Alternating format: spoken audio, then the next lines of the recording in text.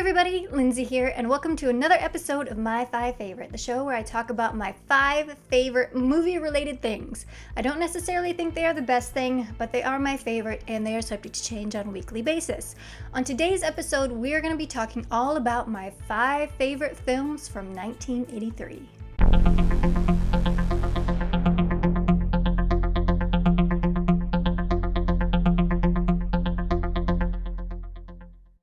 1983, another really hard year to pin down, just 5 favorite films and 5 honorable mentions. But without further ado, let's get into it. Number 5.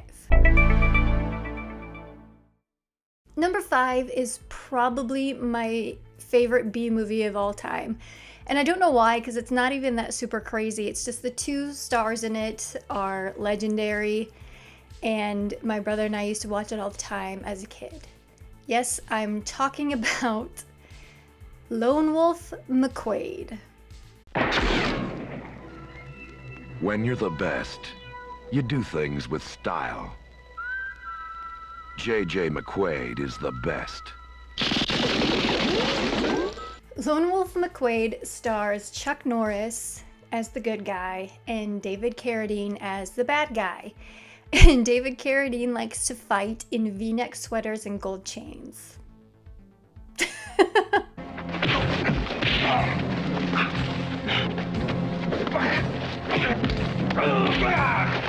Probably my favorite scene, besides their big fight at the end, is when he escapes from being buried alive in his vehicle. That's pretty cool.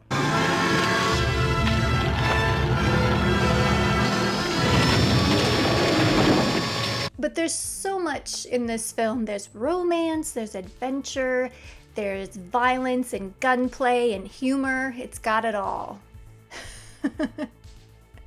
Including David Carradine in silk pajamas kickboxing. And a powerful enemy.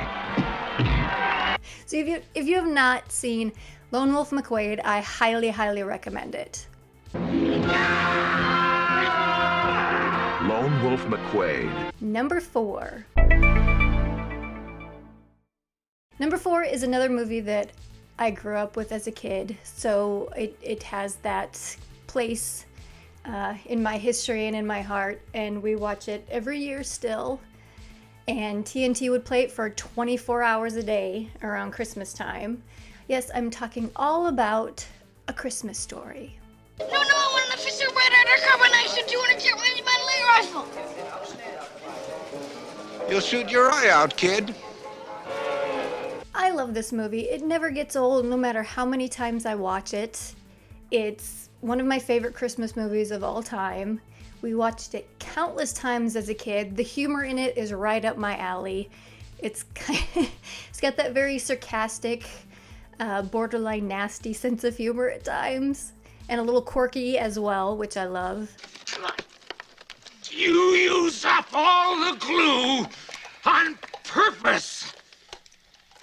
And my family also participated in the local stage version of this film. There's a play based on the film. It's a little different, not quite as bitingly funny.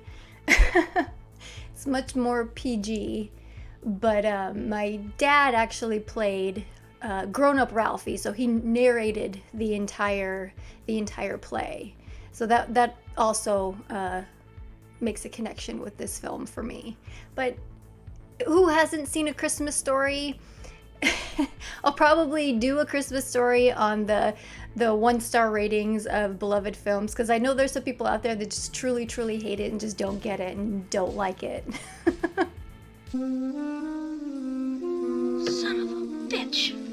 But I will always, always love A Christmas Story. He looks like a deranged Easter bunny. Number 3.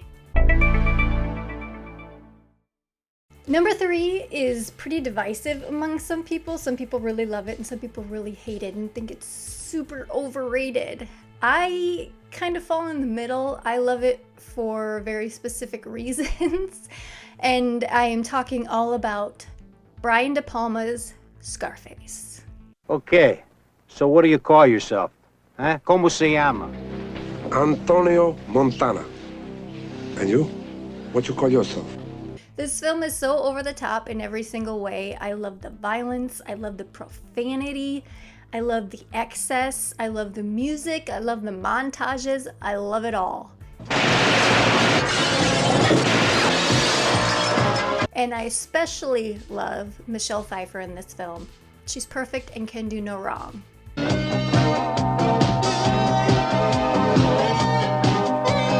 Probably my favorite scenes are anything Michelle Pfeiffer is in, and also the super long montage where you see him growing his empire. The take it to the limit montage is just great.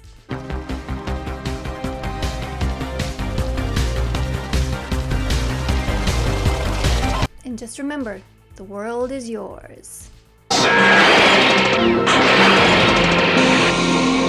Al Pacino, Scarface. Number 2. Number 2 is a movie that not a lot of people know about, so not very many people talk about it. It's a Mel Brooks film, but it's not one of his super punchy satire films. Yes, I'm talking all about To Be or Not to Be. Led by the greatest actor in Poland, Frederick Bronski. To be or not to be? This movie is hilarious. It's one of the funnier movies I've ever seen. It is a remake from a 1950 or 1953 film. I can't remember the exact year that the original came out. But in this one, Mel Brooks plays opposite his lovely, lovely wife, Anne Bancroft. Ah, Mrs. Bronski, Mrs. Bronski, Mrs. Bronski. We're all here. And there are so many character actors sprinkled throughout this film.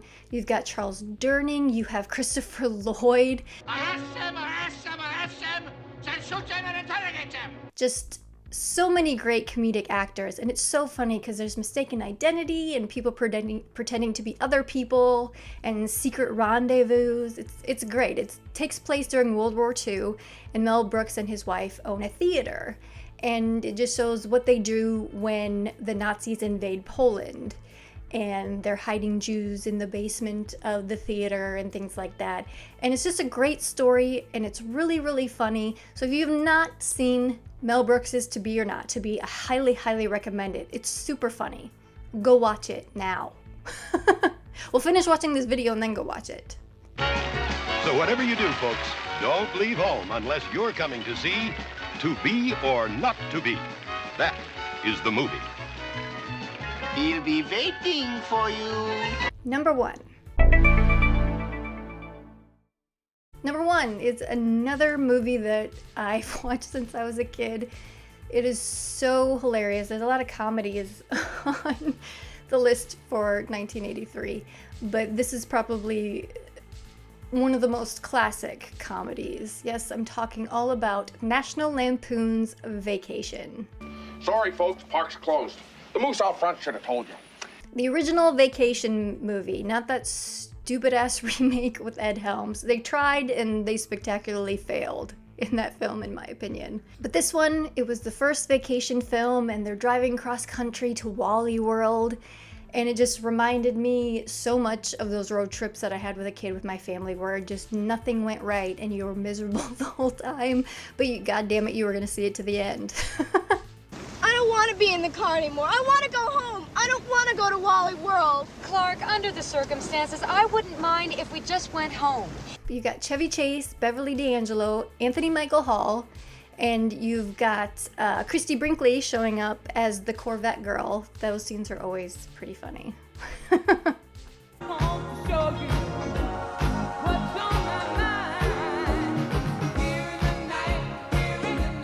This is our first introduction to Cousin Eddie. I don't know why they call this stuff hamburger helper. It does just fine by itself, huh? I like it better than tuna helper myself. There's a couple scenes that jump out to me as my favorite. I love the beginning when they're going to pick up their car and they get the family truckster instead in metallic P. You didn't order the metallic P? Metallic P? And then also when everybody's given up except for Clark and he has his lovely, lovely monologue about how everyone is fucking crazy. I'm gonna have fun, and you're gonna have fun. We're all gonna have so much fucking fun we'll need plastic surgery to remove our goddamn smiles. You'll be whistling zippity-doo-dah out of your assholes. It still holds up today, and I still think it's absolutely hilarious. National Lampoon's Vacation. Dad, you want to ask her something? Don't touch! Now let's move on to some honorable mentions, but first, these messages. Did you tell Richard you'd be here? No. Well, he's here. Thank you. Oh, waiter.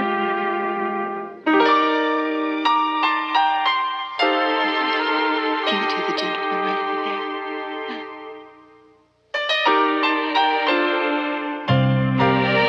I can't seem to forget you. Your wind song stays on my mind. Wind Song Perfume by Prince Machiavelli. First honorable mention goes to Return of the Jedi. Everybody likes this one least in the original trilogy. I love it because I was a kid when it came out, so I loved the Ewoks. They didn't bother me at all. And I love everything at Jabba's palace. It's just great.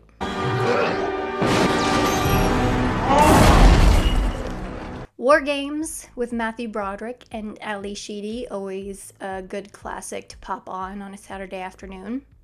Shall we play a game? How can I ask you that?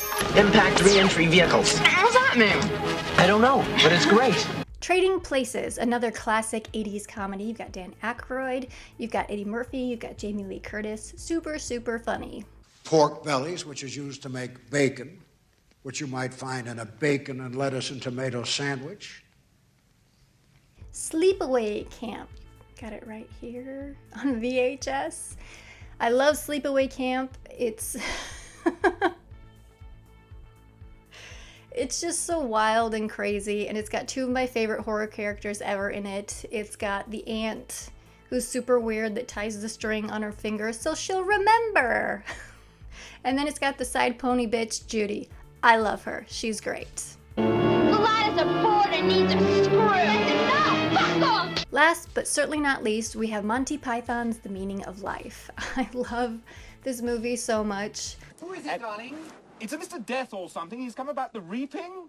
I don't think we need any at the moment. Hello. I love the little different vignettes and how they're constructed together.